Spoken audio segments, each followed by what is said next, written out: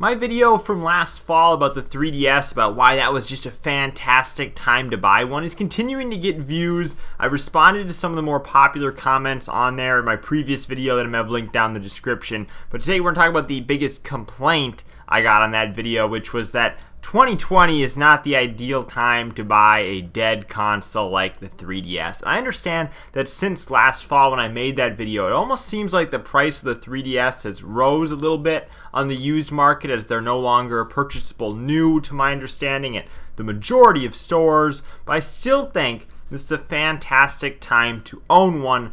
And I don't just say this because it's possible to mod the system. I was talking to another YouTube buddy of mine a couple weekends back. He was getting his modded. He had a few questions for me as he was working on it. He was on the newest firmware. He was able to get it modded. And there's really guides out there to help take you through that. So you can play backup games, so you can play emulators, a little bit of PlayStation 1 compatibility even on this thing. I think that that's really cool. But the main point of owning a 3DS now, I think, is most definitely the games that you can play on it.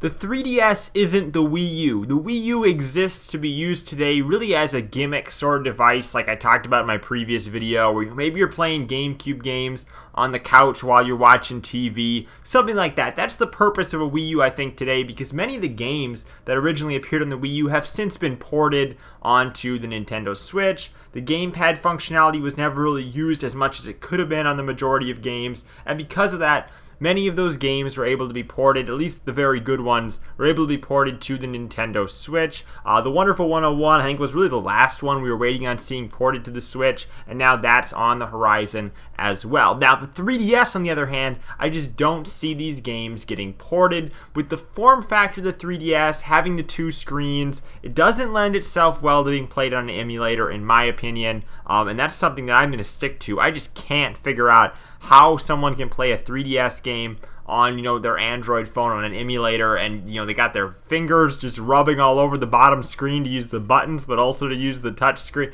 It's just a lot on one screen, and I can't imagine somebody has a very good experience playing it that way. And it's difficult to play on the computer, too, when you factor in the touch screen's existence. So not an ideal way to play these games, and unlikely, again, that we're probably going to ever see a double-screened game ported to the Nintendo Switch. A re-release would be a possibility, but those are going to be few and far between.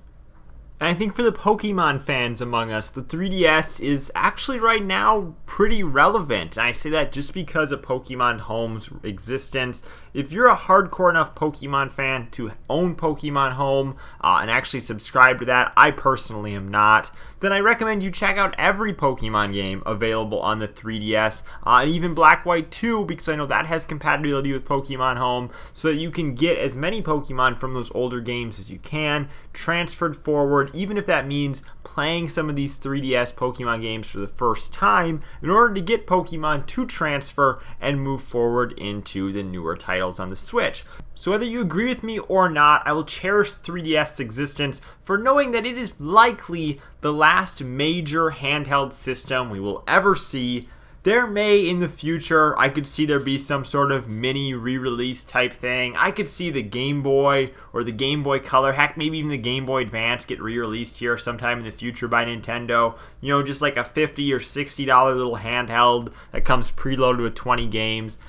I could totally see a classic Game Boy happen like that. But as far as a true portable system that's having games produced for it, like actual game releases, not just a preloaded lineup, I don't see that ever happening again. And if it does, of course, it's just going to be an expansion of the Nintendo Switch and an evolution of, maybe more of a hybrid type system that, while portable, definitely isn't as portable as, say, the 3DS with its clamshell design is.